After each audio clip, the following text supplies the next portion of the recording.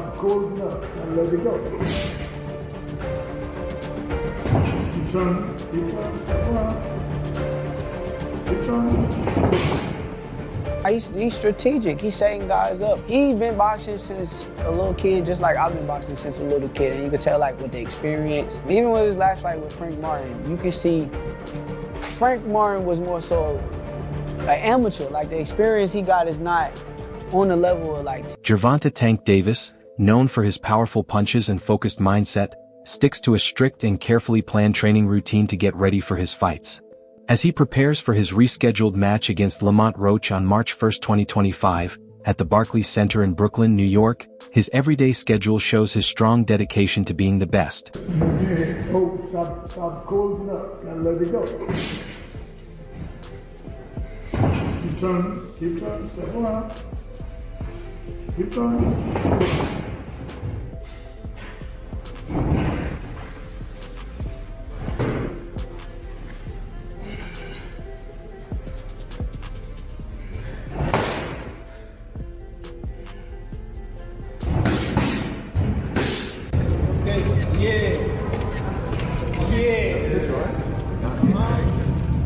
Tank all day, baby. Tank all day. Easy work. Easy work. My money goes to it. Alright, guys. Right in the front, right here. Get the front rest there. Easy work, Tank. Come on, back down here, please. Right here. Back to the camera in the back. Oh, in the back line. Davis starts his day before noon, usually around 11 a.m., by drinking a liter of water right away to boost his metabolism and stay fully hydrated. He then spends about 15 minutes doing stretches and light yoga to improve flexibility and get his body ready for the day. During this time, he avoids all distractions and stays completely focused on what needs to be done.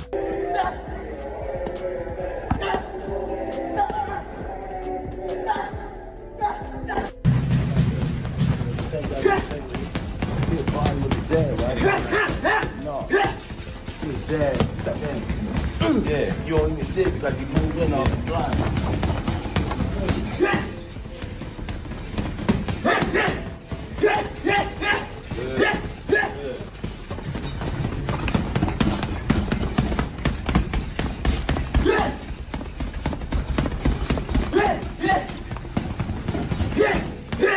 Davis then moves to the boxing gym for focused skill training. He starts with shadow boxing, spending at least 3 rounds sharpening his technique and fine-tuning his movements. Next, he works on footwork drills to build agility and balance. He also includes a 15-minute jump rope session to boost coordination and improve his cardio fitness.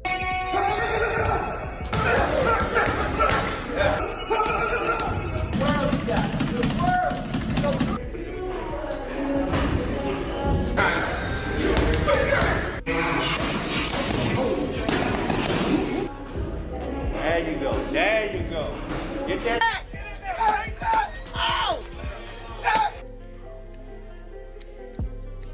Good.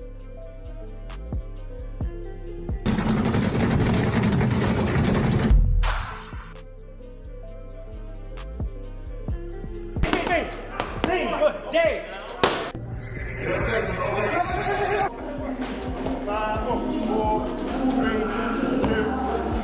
Next, he trains with the speed bag to develop rhythm and timing, then uses the double-end bag to sharpen his accuracy, and finishes with heavy bag rounds to build punching power. Each round lasts exactly 3 minutes with a 1-minute rest in between, closely matching real fight conditions to boost his endurance and toughness. Like day one in the camp, I start running probably like, it's different times. I might don't feel like running in the morning, I might run at night. It all depends what fit you, like I run in the morning, if I don't, I run at night. Train probably like 2 or 3. If I want to do something again, I train at night, or I run, and that'll be it. But when I'm in camp, I really don't go outside. Like it's hard for me to go outside, so I just be in the gym and home. That's it. Like I don't go nowhere. For real. Okay. So I do it for myself, but I do it for the people with me. My whole family is from DC. My whole family, like my entire family. Don't bring them. Don't what? bring them. For what? Don't bring them. I'm telling you, They don't gonna bring 'em. celebrate with me. Yeah, Don't bring them. It's gonna be a party on your floor. I'm gonna let y'all know something. His father was up here It's shaking it's on the gonna what's be- the name? He was shaking on the Pops. On the Oh. what? shakeout. On On the my what? kids, he was shaking on this thing. On Hey, my Pop, kids, he was never. shaking. An essential part of Davis's training is working closely with his coaches on combination drills to strengthen his offense and defensive techniques to improve his reflexes. Head movement exercises help him dodge punches, while counterpunching drills train him to react quickly to opponents. He also practices timing, controlling distance, and cutting angles. Every detail is carefully included to build complete technical skill. People just go away and be But you specifically. me.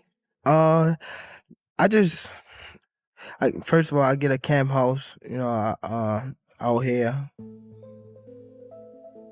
Like day one in the camp, I start running probably like, it's different times. I might don't feel like running in the morning. I might run at night, It all depends what fits you. Like, I run in the morning. If I don't, I run at night.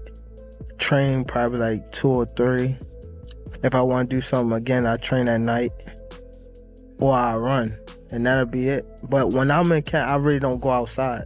Like, it's hard for me to go outside, so I just be in the gym and home. For a very, very big moment, what is your normal day-to-day like at this time of a camp? I'm also a night person, but I might go to sleep probably around like 3 to 4. Probably wake up probably like 11, get my run in, and then eat, probably lay back down, and then wake up probably like 6 or 7 and get my night workout in. Damn, so you're doing 2 a days. Davis recently commented on Tyson Fury's unusual training camp habit. Fury, known for his offbeat style, revealed a unique routine that caught the boxing world's attention. When asked about it, Davis said he was both surprised and amused, adding that while every fighter prepares in their own way, Fury's method was definitely out of the ordinary. I hear a lot of boxers do weird things during camp. What?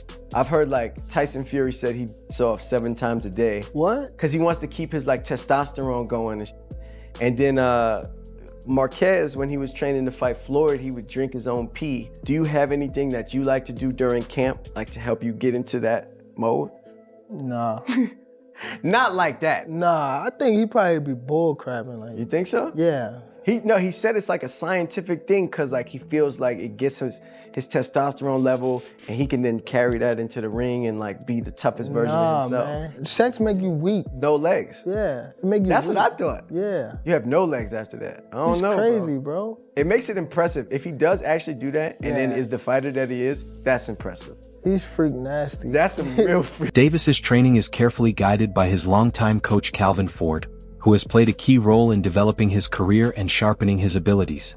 Ford focuses on a well-rounded approach that combines physical fitness, technical skill, and strong mental focus. My hands, before I go see Tank, I gotta get shots in my hands. Then I gotta make sure my hands is right, because I don't dumb him down with his punches. I let him do it, you know what I'm saying? And he gets to go, you all right? Yeah.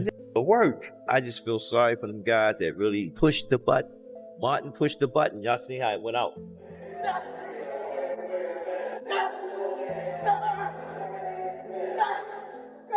In interviews, Ford has stressed how important discipline and consistency are in Davis's training routine. He customizes each session to build on Davis's key strengths like explosive power and agility, while also working on any areas that need improvement to create a complete fighter.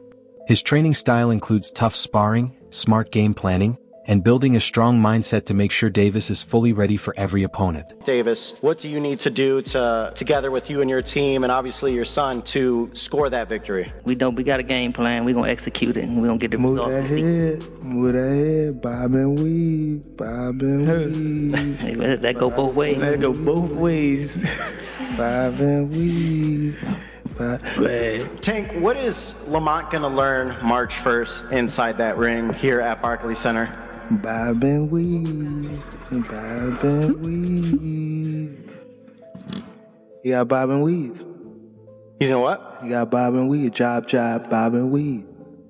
The upcoming fight between Davis and Roach has stirred discussion in the boxing community, with some critics saying it seems more like a money-driven event than a truly competitive matchup. Oh, he's doing this fight for money, and Tank is strategically picking him because in the amateur world, you guys fought twice, right? And you lost, what, both times? In the amateur fight. So are you all friends? Are y'all cordial?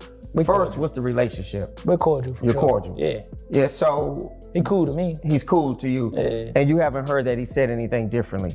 Oh yeah, for sure. He has? No, he hasn't. He has not. Yeah, that's what I'm saying. I'm confirming that. He hasn't said He has anything not said different. anything differently. So does it confirm people's suspicion that he purposefully picked you, not only because you're cordial, but because he believes he's gonna knock you out? Some believe Tank picked Roach because he sees him as an easy opponent he can beat without much trouble. Meanwhile, Roach is being criticized for accepting the fight mainly for the paycheck, not for the competitive challenge. The purse, and then you walk away with a nice piece of change. I mean, you're in the wrong game if you don't think you're gonna beat everybody. Like, anyway, but if you're saying specifically pick me because I'm gonna be an easy cakewalk, yeah, everybody in the world knows that's not gonna happen. I mean, like, that's not gonna happen. Him personally, he know that.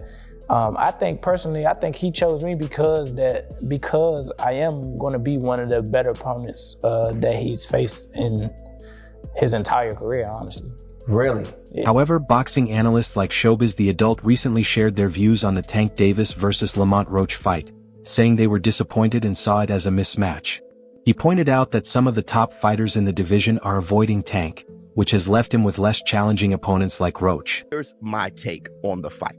Everything is true about this situation. One, Gervonta Tank Davis was being ducked leading up to this. Shakur Stevenson ducked him. Lomachenko ducked him openly. El Rayo didn't want to fight this year. He wanted to fight next year. Another thing is, I was hearing that Tank wanted it at 135 and rehydration, all kind of shit. So, but I don't know how true that is, which it wouldn't shock me if that was true. Either way, for whatever reason, El Rayo fell apart. The options were just getting diabolical. All right, I understand that. At the same time, Lamont Roach versus Tank is trash. If Devin Haney announced he was fighting Lamont Roach coming up from 130 next at 135, I'll say that is trash. Let me tell you this. To me, Gervonta is far better than Devin Haney. So it's trash, bruh.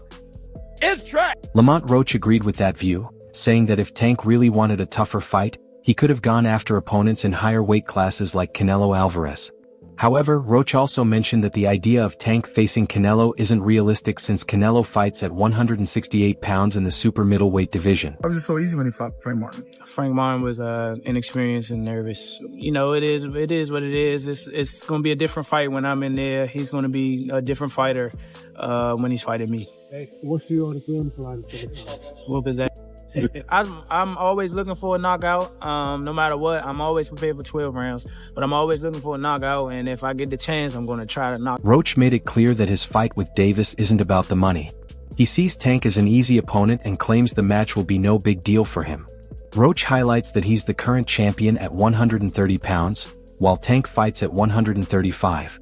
He also says that if Tank really wanted a serious challenge, he should have gone after fighters in higher weight classes like Canelo Alvarez. Still, Roach admits that a fight with Canelo isn't realistic since Canelo competes at 168 pounds in the super middleweight division. Evidence of what your record, because you had to get, if I'm not mistaken, you had to get permission to be bumped up to that weight class of lightweight in order to fight, because you're in the what, range of 130? Yeah, I'm the champion at 130. You're the world champion at 130 and he's 135. Mm-hmm. Yeah, so aren't there other fighters he could have fought within an upper weight class like Canelo? I've heard a lot of people say, why isn't he fighting Canelo rather than Roach? What's up with that? They want that man to fight Canelo, man? They do. I don't know, that's I've crazy. heard a lot of people. Floyd Schofield, another fighter in the lightweight division, shared his thoughts on Gervonta Davis's mindset ahead of the Roach fight. He believes Tank should stay focused on his opponent and avoid getting sidetracked by things like social media or personal matters. You mentioned, obviously, the Lamont Roach fight with Gervonta. We don't know if that's happening 100% December or January, but how do you see that fight going? Do you feel confident giving a prediction on someone else's fight as opposed to your own? Me, Me personally, no, because I don't know what Lamont Roach and his team are working on. I don't want to, down the man, because who knows? Maybe he might shock the world. It's not on us to decide. I mean, boxing is a one-shot sport. Anything can happen. Nobody's invincible from getting knocked out. So, I mean, Tank better stay off Twitter. He better worry about his opponent. So, that's all I got to say. But in my opinion, Tank should win, but you never know. Stephen A. Smith, a well-known sports commentator, shared his thoughts on the Gervonta Davis versus Lamont Roach fight, saying that Roach could be at a disadvantage because of his size.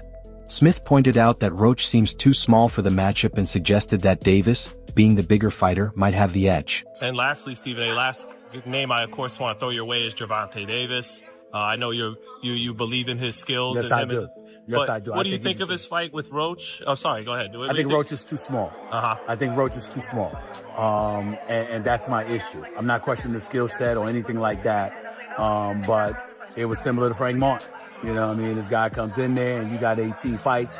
And I remember watching that pre-fight press conference when he was annoying Gervonta Davis so much and he cussed by accident. Roach responded to concerns about his size by saying he's completely comfortable fighting at 130 pounds, even though some people think he's too small for the ring. Obviously, Tank isn't the biggest 135 pounder. Everybody who fights is damn near bigger than him.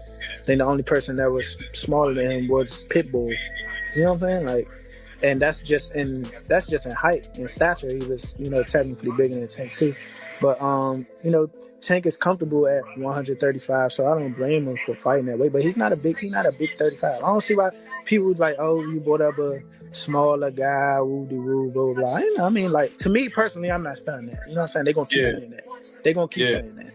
You know what I'm saying? I fight at 130 because that's what I campaigned at. That's why I started my career. That's where I campaigned. That's why I worked my way up to a world title. And that's what I was going to do. My plan was always to move up to 35 and win another title. So it just happened a little, a little earlier than normal. Yeah. But I mean, you fought at 35 before. It was just, so technically them wasn't just 35 fights, when a boxer starting their career, they don't necessarily have to make 130 pounds because we're not in title contention or none of that. So the opponents that I was getting, the opponents that were there or were available, the opponents that were selected for me were probably bigger or they just couldn't make. Roach posted on his Instagram story saying, "They keep asking me for it. You said that, not me. I'm locked in, nothing's changed. March 1st, Brooklyn." I think it's where I'm supposed to be at, honestly. I worked my ass off to get right here, so it's about time. Lamont, when Tank says that he's going to retire at the end of next year, do you think he has one foot out the door?